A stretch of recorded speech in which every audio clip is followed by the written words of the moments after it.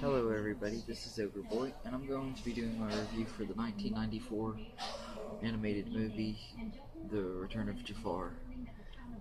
This movie is the first ever direct-to-video Disney animated sequel, um, and everything. It's directed by Tad Stones and Alan Dislove. Uh, and in this movie, Iago escapes from Jafar's lamp, and he helps Aladdin out and everything. So he kind of like becomes a good guy and everything. And Jafar ends up getting loose and everything because a thief had found his lamp and everything and became his master. But Jafar pretty much controls the thief and everything, and he's planning on trying to get revenge on Aladdin and everything.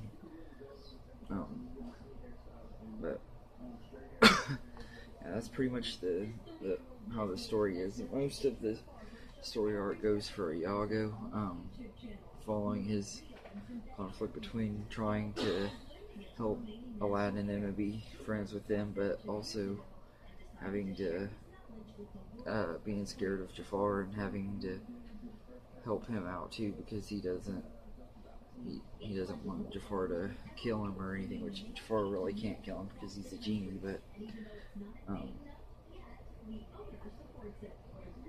this is a pretty decent direct-to-video sequel, but the animation in this is not very good. It's not near as good as the animation in the first movie. And that's largely due to it pretty much being like the setup for the Aladdin TV show. It has the same style of animation. You can tell that they didn't really put as much effort into this as they did the first movie. The voice cast is pretty good. It's mostly everybody from the first movie. Scott Winger and Linda Larkin came back as Aladdin and Jasmine, and Jonathan Freeman is once again voicing Jafar and doing a really great job. And Gilbert Godfrey is great as Iago again. And Frank Welker does the voice of Abu again. And Jim Cummings is back as Razul. The main new cast members in this movie, Dan Castellaneta,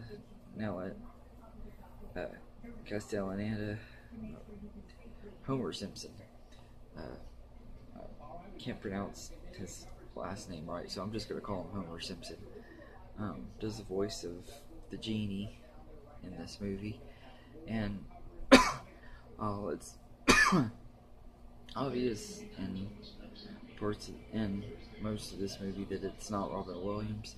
I don't think it really takes away from the movie. I think he does a decent enough job and everything. He's not as good as Robin Williams, but I think if they had to have somebody else do his voice, they picked the right person to do the voice of the character, and he was all right. The reason he didn't come back is because Robin Williams was having a feud with Disney over the way they used him in the first movie. He was only supposed to not have very much space on the poster. The genie wasn't, and they didn't go with what he had asked them and everything about it and everything. It had a lot to do with Jeffrey Katzenberg, who would later leave Disney to go work at DreamWorks and everything. But after he left, Robin Williams and Disney ended their relationship, and he would later star in other Disney movies, including the next Aladdin movie, which I'll talk about more in the next review. Also new to this cast is Val Betton as Sultan. He did the voice of Sultan in this, and the TV series, and the third movie. And I think he did an alright job. And Jason Alexander does the voice of Abysmal, who is the thief that wants revenge on Aladdin for he blamed him for turning his men against him and everything, when he's just pretty much a really selfish and terrible character. He's actually really kind of an annoying character. They try to make him be comic relief and stuff. He's not very likable and everything. He's one of the things about the movie that I didn't really like. Some of the animation, it's kind of humorous how bad it is. 'Cause there's like this one scene when they're eating dinner with the Sultan and everything. And like for a couple seconds, his eyebrows like disappeared off of his face for a few seconds, and then they came back and everything. It was really weird. And there's like a scene when Aladdin and has like this crystal flower thing that he gives to Jasmine. She puts it in the flower pot with another flower, and Abu is trying to steal it, and he gets the regular flower instead of the crystal one. And when they show the pot again, the flower is still in the pot, but then they show Abu with the flower again, and then they show the pot again, and there's no flower or crystal flower in it. And then they show it again, and they're both in it. It's like the animation was really poor in this. They didn't keep track of what they were doing in it and everything. This one has some good songs in it too. My favorite one is probably the one that the genie sings about nothing in the whole wide world quite like a friend. I love that song, and I like the other songs in there too. Iago sings a couple of songs. One of them is Can't Forget About Love, which he sings with Jasmine and Aladdin.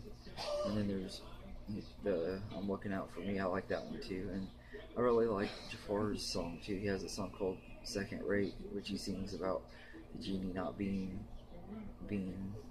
as powerful as he used to be because he's free and everything. But I like that song too, because I think it was a good villain song, and it kind of made up for the lack of villain song for Jafar in the first Aladdin movie.